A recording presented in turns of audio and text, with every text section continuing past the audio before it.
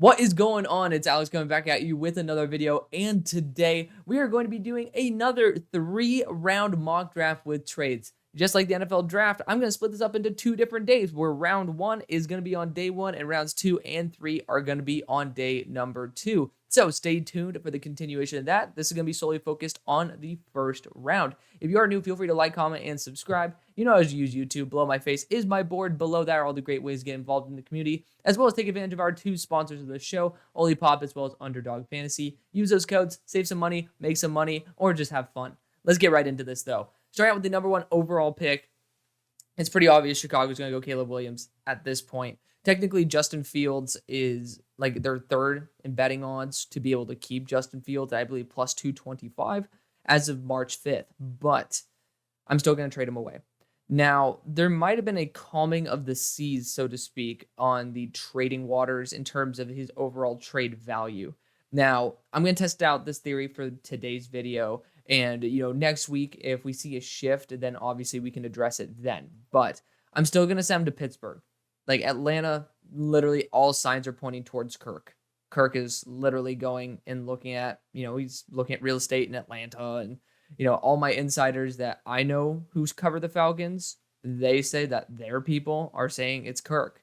Now, there's some other people who are saying it's Justin. But at the same time, I've also heard just way more about him not going to the Falcons, and also a lot of reports really, really honing in on the fact that the Vikings do not have any more opportunity for Kirk when he has kind of decided to go to Atlanta.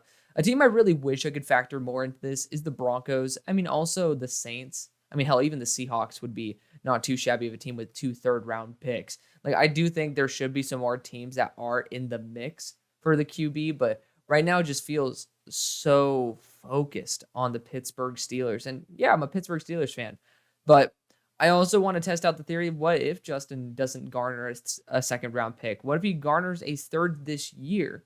But the Bears structured this, in my opinion, a very smart way, similar to how the Calvin Ridley trade was made with the Jaguars, which essentially it's a little bit cheaper in the short run, but there's a conditional pick tossed in for 2025. Maybe it's a third, maybe it's a fourth that can transition to a third or a second based on certain parameters. But I think that the Chicago Bears might not garner a second for Justin. He is a $6 million cap hit for 1 year, but then he is about, I think around $25 to $26 million the next year if you accept his 5th-year contract, or even more expensive after that. When there's so much ambiguity, there is a potential chance that a second-round pick is not possible. Now, I do think that he ends up at the end of the day going for maybe a second and a conditional 5th, but I am testing the theory out that, maybe he's going to be a little bit cheaper for this year, and the Bears just want to get a pick for this year, and then they're going to have almost like a polls masterclass and end up being where,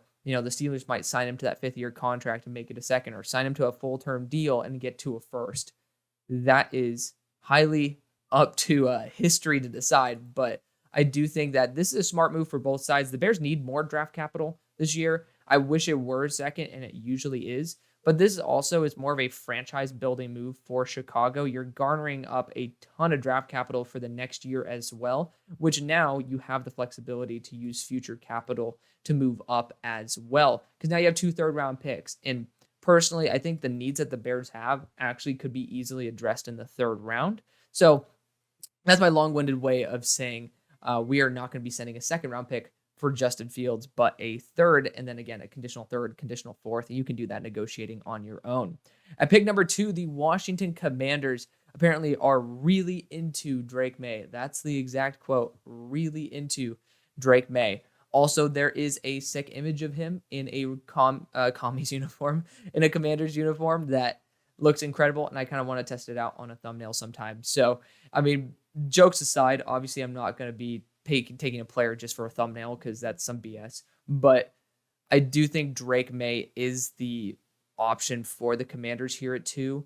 I think it would be a smart move to potentially, be in on the Justin Fields realm. Maybe send your early third plus a third, or maybe send one of the seconds to Chicago and then end up trading back and acquiring a ton of draft capital. You get your quarterback, you end up getting your offensive tackles. Like, that could be, in my opinion, your best way to success. But if a new organization is sold on a new QB, they're going to go that route. So Drake Maye is going to be the pick. At pick number 3, we have the New England Patriots.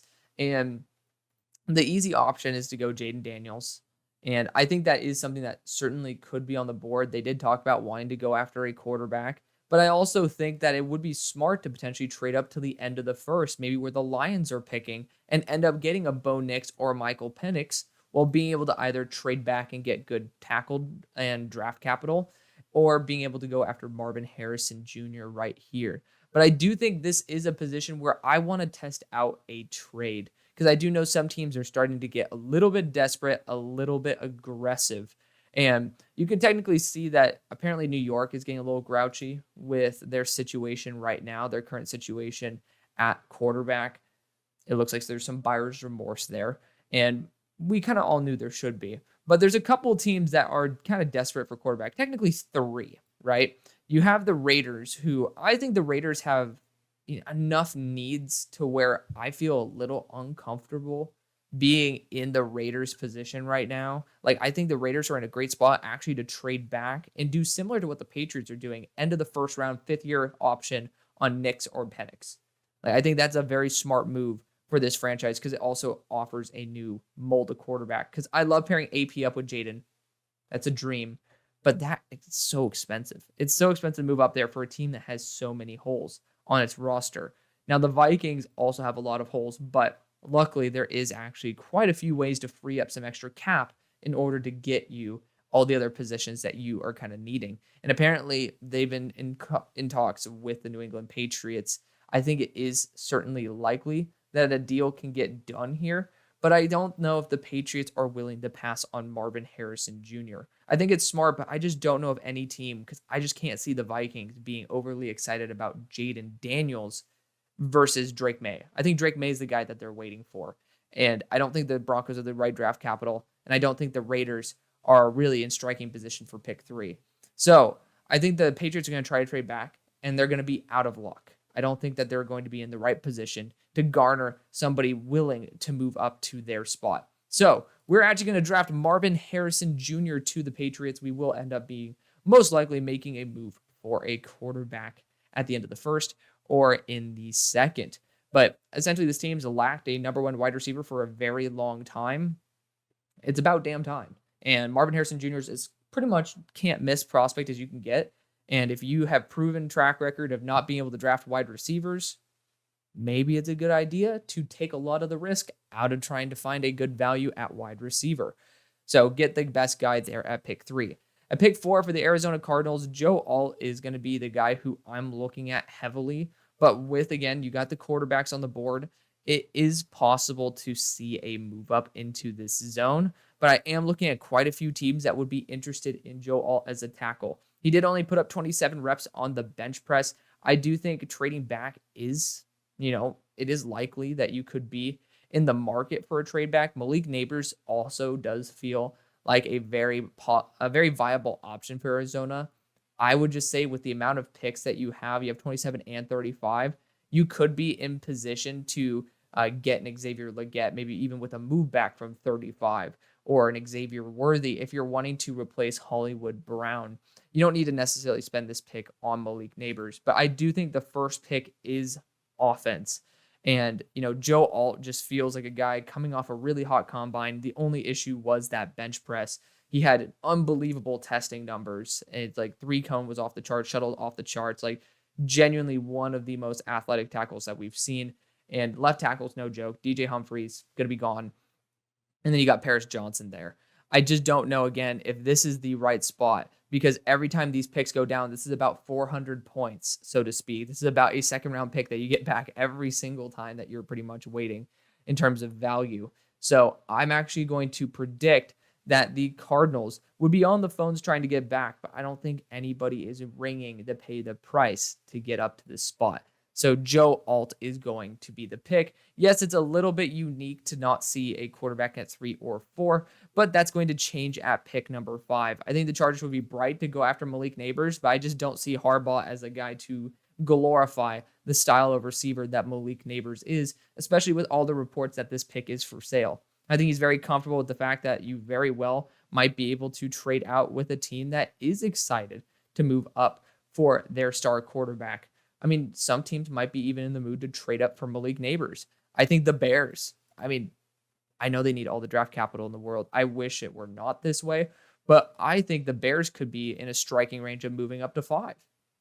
You know, if they ended up getting a second for Justin, which you could toss in, then it would not be a bad idea. Like, think about it this way. If we're able to move up with, because the Bears have multiple seconds next year and potentially another second with that Steelers trade that we just made. I wouldn't get rid of that because that could potentially flip into a first round pick. But if the Bears were to end up trading, 975 or 9 and maybe a next year second to move up to 5, you might have to toss in a little bit more than that. Like maybe it's Carolina's second round pick to move up to 5. Then the Chargers are going to be still in great strike range of an offensive tackle, which I think is their target. And then the Bears end up moving up for, in my opinion, one of their biggest needs, which is a legit wide receiver too. I think the Bears need a center as well. But if they want to be able to leverage this capital, this third round pick from Pittsburgh will eventually develop into a second. So essentially you're going to be replacing that, and it might even develop into a first round pick for 2025. So I think that you actually do have this leverage, and I want to test out this theory. Every week I do different mock drafts for this specific reason, and this is why we're going to be doing this. So maybe the Bears toss in a little bit extra in the future. Maybe they toss in a future 4 as well. But I don't think the Bears want to reduce their draft capital this year. And I think the Chargers also want to build a franchise. They have a lot of really good moving parts. And so we're going to be testing out this theory. The Bears are the ones to move up for Malik Nabers. We got a polls masterclass here. They do end up sending that second round pick in order to move up to this spot. It's going to be a high second round pick because the Panthers are still in shambles. Pick number 6 for the New York Giants. Talked about the quarterback position not looking too hot. Definitely think that this is a probable opportunity to be able to upgrade at that quarterback position. But again, this is a spot where I want to test out a new theory. That's what this part of the year is for before free agency. I am moving up actually with the Las Vegas Raiders. I said it was smart to move back, but that's when I was talking about moving up to pick 3. The value of this just got exponentially cheaper, and maybe you have to send in a future 1, but I'm going to test out a theory to where we could potentially only send a future 2nd and a 3rd this year. It's going to essentially add in that 3rd round draft capital. Maybe you send in a player as well, but I'm not going to factor that in. So you can, of course, play with the numbers. I'm not going to end up trading a 1st or a 2nd round pick for next year in this mock draft. I mean, we could actually just do a 2-1 to get up to 6. This is very similar trade, though, to what we saw last year, where we could end up doing a similar deal to this right here, this structure, 670, 1344, and maybe 147. It's like the Cardinals deal that they did last year. Maybe we end up doing that. But for the sake of this mock draft, we're going to be going after a little bit more of a conservative trade offer. The Vegas Raiders end up moving up, could end up paying a little bit more than that. And now they pair up AP and Jayden Daniels for a much cheaper price. At pick number 7 for the Tennessee Titans, I think that they're going to be in the market for a wide receiver or an offensive tackle. And there's some definitely great ones on the board. Glad to see Troy Fautanu getting a ton of love. I doubt that he is going to be that selection very, very high, but it certainly is on a lot of teams' radars now that he has confirmed tackle length at 34.5-inch arms. I think the Titans are looking for almost a younger version of Robin to, what DeAndre Hopkins brings to the table. And I think Rome needs a little bit more polishing before he really is the best version of himself. And this is the prime opportunity to do so. So we're going to be going after Rome Odunze here. A little bit of a curveball. The offensive side of the ball, it should be the focus. And this class is very talented at being able to target those offensive tackles down the board. So luckily there is going to be that. Of course, I am the one who's drafting, so there's also that risk. But at pick number 8, we got the Atlanta Falcons here. And this is also potentially a move out spot for J.J. McCarthy. There's a lot of love for J.J. right now in the media. And I could definitely see a team like the Vikings getting a little bit excited being this close range. And I think the Falcons, who are looking for an edge rusher, potentially a wide receiver, could definitely value some extra picks in the future. Again, talking about building a legacy, so to speak, building the future for the franchise. They have enough picks this year. So this would actually be a very smart move for both Minnesota as well as Atlanta. Other teams I could see moving up into this range, I think Seattle is a dark horse team with multiple third-round picks, could end up being able to give Atlanta kind of what they're looking for. But this might end up costing a future second. It might cost a little bit less than that. Maybe we do toss in a future second and toss in pick 79 or pick 110. I'm going to toss in pick 110 for the meantime, just to be able to make this a little bit more fair for the Vikings, maybe give them some trade capital to move up. But the Falcons end up getting some good draft capital for moving back only a couple spots and probably getting the exact same player. So the Vikings move up and select J.J. McCarthy. Again, if you're going to be signing Kirk Cousins, I already talked about this at the start of the video. It just doesn't really make sense to be able to go all in on a quarterback after you just went all in financially on a quarterback. The Chargers sitting here at pick 9. Yes, we did a trade back with the Bears. We're going Tali Fuaga, tackle out of Oregon State. If you want to fix the right tackle spot, actually draft a right tackle. Pipkins has one more year left before being able to be cut. I mean, of course, we did just see Russell Wilson just get cut for $85 million dead cap, but Pipkins, if you need to move him to guard, move him to guard. Tali Fuaga is the future, though, at right tackle. Great addition for the run game, which is exactly what Harbaugh wants.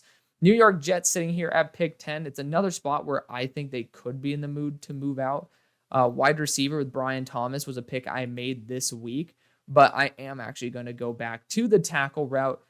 People are really, really going crazy for Troy Fautanu, but I think still Olu Fashanu is going to be the guy to go after. He still has shown so much development since starting at Penn State. I don't know why that he's getting such bad rap. He has baby hands. Maybe that's why he's not great in the run game, but for me, as a pass blocking in a pass league is a little bit more important to me. And, the technicality that Olu uses is something that I think can overcome those hand sizes. So I'm perfectly fine with that. At pick 11, we do have the Falcons here, and we are going to be targeting an edge rusher in Dallas Turner. I could talk about a little more about Dallas Turner. 4.47 40. This guy is ridiculously athletic, but also, just overall, this team needs edge rush help. This would be the Byron Young, so to speak, for Raheem Morris, new head coach, who had Byron Young there in Los Angeles. Smaller frame, close to 250, but also just a hyper athlete. And I think that's going to be a massive plus for a team that couldn't get over 6.5 sacks for a single player. Denver Broncos are going to be super happy to sit here. I think these guys end up somehow finding a way into the top 10, but like offensive player wise, it just looks like teams are going to get super duper excited. I'm going to actually go Quinion Mitchell here. I think edge rusher certainly is on their radar. I could see a team getting aggressive and moving up to this spot because they really do lack that draft capital. Could move back and end up drafting a quarterback as well. I just think that Quinion Mitchell or Terrion Arnold needs to be the pick at this spot. That being said, I do think the Philadelphia Eagles could be a very smart trade partner to get up in this 12 to 14 range in order to snag Terrion Arnold, Quinion Mitchell, or Jared Verse. Like, you have so many second round picks with not very many issues and a very, very, very shaky secondary that I think that it actually might be a very smart move. Now, we're going to negotiate a trade here with Denver. We're going to do it. The Philadelphia Eagles are moving up with the Denver Broncos. I think Howie's going to get a little bit aggressive for this, and they do need a second round pick. This is a bit more pricey than a second round pick, though. So when I'm doing this, I actually will be sending Hassan Reddick.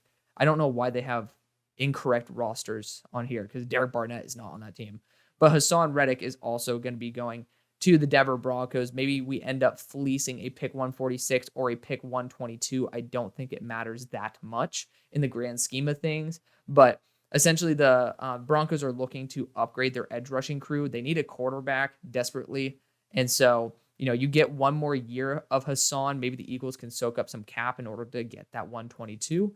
But we end up moving up with Philly. And Philly, I think they'd fall in love with Terrion Arnold or Quinion Mitchell. I'm going to opt for Terrion Arnold out of Alabama.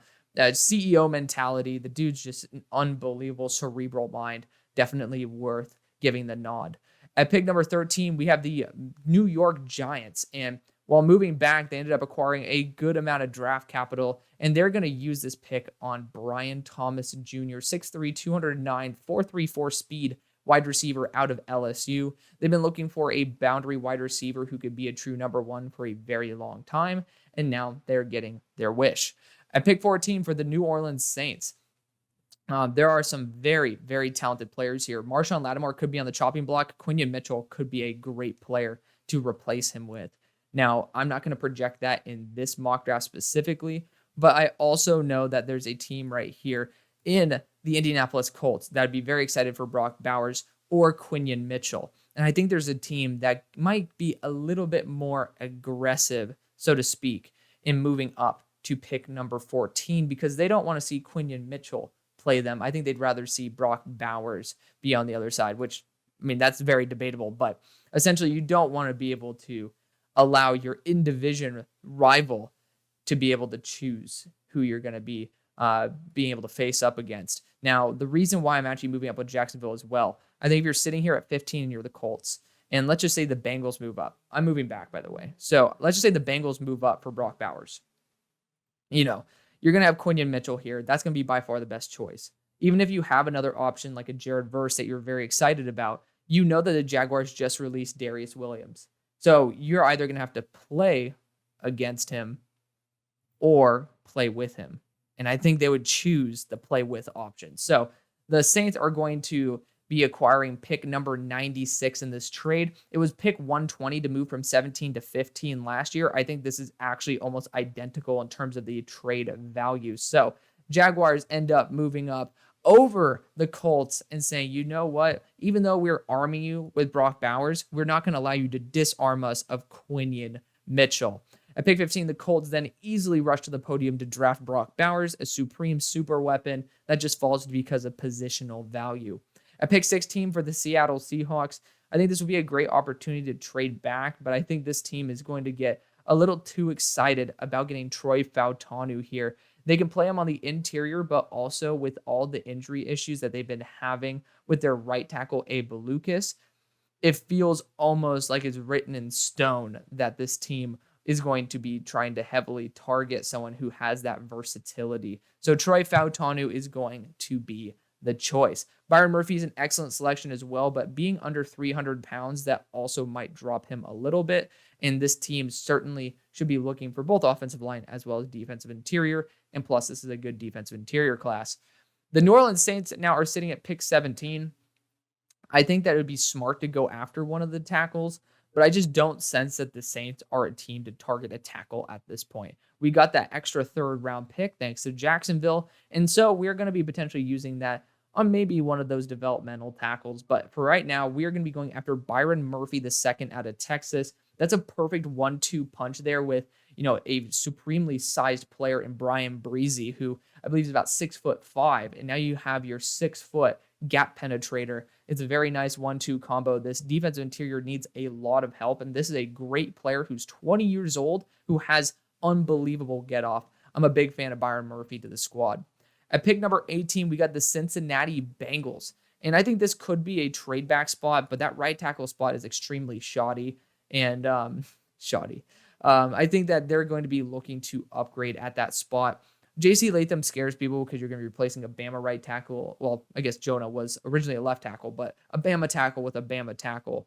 But J.C. Latham is one of the most consistent tackles out there. I do have some questions over his work ethic, but those questions were essentially answered this year. His 2022 tape was scary. 2023 was significantly better, and I'm always one to give credit for seeing that type of character development. So J.C. Latham is going to be the choice. The Los Angeles Rams would be foolish not to go Jared Verse at this point at pick number 19. If he falls to this point, I think there's going to be a bidding war trying to go up and get him. So we are going to end the war by being able to select a great talent. At pick 20 for the Steelers, you know, I know I'm going to hear a lot of Jackson Powers Johnson comments, but the biggest truth is that Amarius Mims should be the pick. Now, I do see a great wide receiver on the board in A.D. Mitchell. He did have, you know, not the greatest season on planet Earth there at UT. Whether that's going to be Sark's fault, Quinn Ewers' fault, or AD's fault, that's something we'll be figuring out as the offseason progresses. But I think that this is a great opportunity for the Steelers to have continuity on their offensive line. Amarius has had injury issues in the past. He didn't really play very much in 2022 because Warren McClendon was starting, and he actually came in for when Warren McClendon was injured. Now, he did end up having an injury last year that did put him out for a part of the season, and then he ended up hurting his hamstring on the 40. I'll just say this about the 40-yard dash. Everybody was getting hurt on that, so I don't think that this is specifically an Amarius Mims problem. I'm going to bet on the crazy upside. This guy looks like he's built on Mount Olympus. Unbelievable arm length, hand size, height, weight. I think that's worth taking the swing on. And then, of course, you pair him back up with Broderick Jones. At pick number 21, we got the Miami Dolphins. I think that this is a team that is, a little bit confused in terms of the future. Christian Wilkins not going to be on the team. Jayden Newton, obviously not the same frame. I think this is a prime opportunity to be able to move back. AD Mitchell's on the board. I think it would be, not a bad idea to be able to take someone who has that size, route running ability, and frame at this point. But I do think you should be at least open to trading with some teams that would be looking for an alpha like that. And I'm looking pretty heavily at the Bills, but you're in the same division as the Bills. You could talk about the Chiefs here because I think the Chiefs going after AD Mitchell would be ridiculous. And to be fair, you probably would be only really facing them in the playoffs. So it's a way to mitigate that issue. Of course, you could talk about the Cardinals here. I just doubt that they would be the ones to be able to, pull the trigger to move up. They're more of a team, in my opinion, to move back. Like, there's some good options nonetheless, though. I mean, you can sit and pick here, but I do think this team also should be looking at offensive line talent. You do have Jackson Powers-Johnson here. At the end of the day, if you move back, there's a really good chance the Cowboys take him. So I guess we'll have to sit and be able to take JPJ. He is actually a Miami Dolphins fan as well. So you end up getting your great offensive lineman. AD Mitchell continues to slip, though. Denver Broncos are sitting here at pick 22. And you know what? This also is where I think AD Mitchell needs to go, but not to the Denver Broncos. I think they're going to smile. The Broncos are going to smile in the face of Kansas City, and they're going to say, Buffalo, do you want to move up? Do you want to come get AD Mitchell? Do you want to stick a nice middle finger right in the face of Kansas City? And I think they're going to say, abso-freaking-lutely we do. So they're going to say, Buffalo, by all means, my friend, we still need a little bit more draft capital. We will be willing to we can take the second round pick, but we'll flip it with pick number 76. You could end up tossing in a little bit more draft capital. Maybe you get 159. Do that own little math in there. It's not going to affect the mock draft, but essentially the Broncos are going to say, welcome to coming up. You're move up 8 spots technically to move back 16. Like maybe we do need to toss in 129, but again, not going to affect this mock draft. So we're going to be making that move. The Buffalo Bills move up for their star wide receiver in AD Mitchell. At pick number 23, the Houston Texans are sitting here. It's another spot where I'd honestly debate moving back because of the fact that I don't really see the best of options for this team. Cooper DeJean is here. I think that's a very underrated position to target. But I do think there could be some pro-Jayden Newton sentiment that does come out. And this is the perfect team for him to go to, whether you get Christian Wilkins or not. Like, I don't think that, the more I think about it, Christian Wilkins might end up going more for like him having established edge rush duo and then him kind of being the final piece there. Maybe ring chasing, so to speak. I don't know if the Texans are the spot for him. But we are going to be going after Jayden Newton for the meantime. An elite tier weapon that, D'Amico Ryans is going to love. Pick 24 for the Dallas Cowboys. This would be a great opportunity to have gotten Jackson Powers-Johnson if he were here, because I do think that center position needs to be fixed. I think the left tackle spot certainly is up for grabs, but I don't think you need to force that position because you actually have a very, very talented left guard in Tyler Smith, who has a lot of experience as a left tackle, was drafted as a tackle as well. I do think Graham Barton should be in the conversation here. He probably will end up being pick number 26 if I don't take him here. He has that center versatility. He has that guard versatility, and he's extremely mobile. I think that he's a phenomenal option for the Dallas Cowboys, and I think that he'd be Like, he's be one of those guys that I think you'd be very comfortable with when all is said and done. Now, an underrated position is to go after Cooper DeJean, play him in the slot, the boundary, or the safety position, and just, let your defense kind of flourish under him. But feel free to give me some feedback on that. I'd love to hear a little bit more. But I do think you have a massive gaping hole at left guard if you move Tyler Smith to left tackle, and then you still have a gap at center. So Graham Barton will be my selection. At pick 25, Packers. I hate to be boring, but every time Cooper DeJean's here, he's going to be my pick. That's just going to be what it is. This team is pretty damn desperate for safety help. They're pretty damn desperate for slot help if they don't bring Keyshawn Nixon back. And then they're also pretty damn desperate for some extra boundary corner assistance. So Cooper DeJean fits everything. Also, much more of a man-heavy system under the new DC from Boston College. Pick number 26 for the Tampa Bay Buccaneers. I always just want to go Tyler Guyton, but Luka Decky actually does a solid enough job there. This is actually a position where I think Leatu Latu needs to go. He's a talented player, but I don't think he wowed as much as maybe we would say that he should have. I'll scroll down so you guys can see a little bit more of my board as well. I do have Ennis Rakestraw at 13 until his pro day.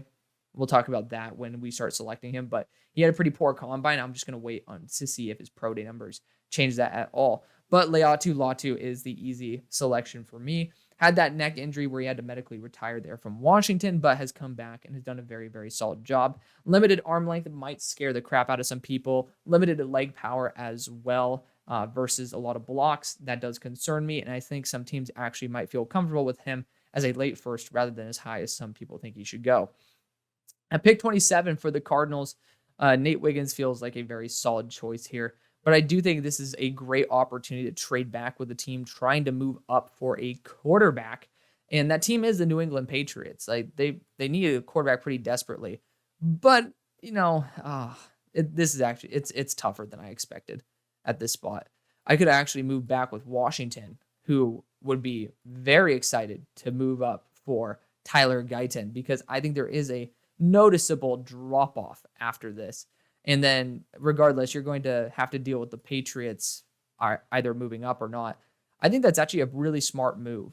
The Commanders have multiple second-round picks. They should be maneuvering to be able to fix that offensive line because it is atrocious. You do have some cap in there, but this is another way of potentially disarming the Niners of being able to get a right tackle of the future as well, because not many teams in here actually are going to be super aggressive on a right tackle, and I think the Niners could be. So, screw the Niners. Love y'all, but screw y'all. We're going to be moving up with the Commanders. Because again, look at that type of draft capital. That is beautiful draft capital right there. So I think it might take pick 67, and then we have to toss in like pick 137 in return. Again, it's not going to affect the mock draft. Maybe it's pick 105. You can debate that for yourself. We're just going to get the trade through. So the Washington Commanders end up moving up, sending an extra pick to Arizona, and they end up selecting Tyler Guyton, tackle out of Oklahoma. Denver's moved back a couple times. They've ended up accruing 2 second-round picks via manipulating their draft position, and I think this is a beautiful opportunity to get your quarterback of the future. It's going to be much less costly, especially the $85 million dead cap you need to be able to find every single way possible to fix your dead cap situation, and then they draft Bo Nix. Nate Wiggins is slipping a little bit at 173. It's just very, very difficult to find a solidified role. Kool-Aid McKinstry is looked at pretty lowly by the NFL, hence why he is falling. But I think that there's going to be a small run on quarterbacks right here. Because with Detroit, the cornerback position, I can be happy with Nate Wiggins, but I also can be extremely happy with a lot of these corners there in early round number 2. And I don't really see many, if any, cornerbacks going. I mean, we could talk about the Chiefs with L'Jarius Sneed. We could easily trade for L'Jarius Sneed too, but I got to get a little bit more familiar with your cap off the top of my head. You have a lot of really nice draft capital as well. Wouldn't be too shabby to trade it to the Chiefs to get L'Jarius Sneed. Just saying. But I'm not going to factor that trade in at this moment. The Lions are going to be trading back with the Patriots because the Patriots are going to want that 5th-year contract extension. We did a similar trade actually right here with Washington, where they ended up trading pick 68 and ended up getting an earlier pick in return. Not pick 68, excuse me, pick 67, if I'm not mistaken. and they ended up being able to move up appropriately. I don't know if we can end up getting pick 92 back with this. So maybe we end up getting a future third from the Lions. Like you could, again, be able to toss in any combination that you want. I just don't think pick 104 gets it done to move up 5 spots at this point. Like that's actually that is roughly the same amount. That's a roughly the same amount of draft capital. I'll accept that. I will accept that. We'll take a different approach from the Lions because I think they actually are willing to accrue a little bit more draft capital. The Patriots are going to be a little more focused on that early third. And they are going to move up for Michael Penix Jr. So pairing up Michael Penix there with Marvin Harrison Jr. Fix the offensive tackles in free agency. At pick number 30 for the Baltimore Ravens, their cornerback situation is looking a little bit risky. Marlon Humphrey very well might get traded. That's a little bit sketchy. Nate Wiggins wouldn't be a bad choice at all for them. And also, I think the Niners would be certainly on board with going after him at that point. That being said, we also do have Xavier Worthy, who could end up sneaking into this spot. He did say he would love to end up going to Baltimore. Offensive line-wise, I do think that they are in a position where they might need to go after a right tackle. Morgan Moses, he is a potential cap casualty as well. And this team is really cap strong at the moment. I don't know what's up with that, but Kingsley certainly could be that right tackle of the future for Baltimore. There's a lot of good options. Actually, I really love Ladd McConkey on this squad as well. And I actually think Keon Coleman is a little bit of a dark horse pick. And if I'm also thinking about the future, I need to think about how I'm going to be competing with the guy who I think the giant is in the AFC, and that's Kansas City. Now, what wide receiver would I be scared more of on Kansas City? Is it Keon Coleman or is it Ladd McConkey? I don't know. But I do think that Keon Coleman could be that true boundary wide receiver that you're kind of dying for. And without OBJ, the next starting wide receiver actually is on that boundary for left wide receiver is Tylan Wallace. I do think you need to replace that left wide receiver role. Whether that's going to be with Calvin Ridley in free agency or with this pick, that's up to you. But I'm actually going to go Keon Coleman. He ran in the 4.6s, yes. So he's not going to be the top-end speed guy, but his speed through the gauntlet drill actually might prove to be an asset more than a liability in terms of his overall combine performance. So he did a phenomenal job. I think he was the fastest or one of the fastest in the gauntlet drill, which is what Puka Nacua ended up running the fastest in last year. So NFL loves trends, and they're going to continue hitting on that trend right there. At pick number 31 for the San Francisco 49ers, offensive tackles have been pretty much obliterated on the board. Kingsley Suamataia, not a bad choice, but at pick 63, I feel comfortable about maybe even taking a move back for Blake Fisher or drafting Christian Jones. So I don't really feel the need right there. I will be looking at corner, and Nate Wiggins might be worth it at this point to just take the swing on and potentially keep him away from the Chiefs if they want to end up replacing their targets. Because Nate Wiggins is a cerebral player, very smart on the field. I think that is worth taking the risk because also you were taking away from the Cardinals. And last but not least, for day number 1, we have the Kansas City Chiefs. They're at pick 32, and it's Ladd McConkey or it's Xavier Worthy. It's up for debate who's going to be the one to go after. Technically, Ladd McConkey is significantly slower, but he is still extremely fast, extremely polished.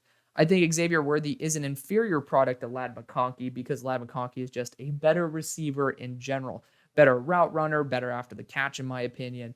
Like Ladd McConkey is a do-it-all wide receiver, but at the same time, Xavier Worthy is uncatchable. And that's dangerous. Very dangerous. I don't trust the wide receivers that will be there at the end of round 2.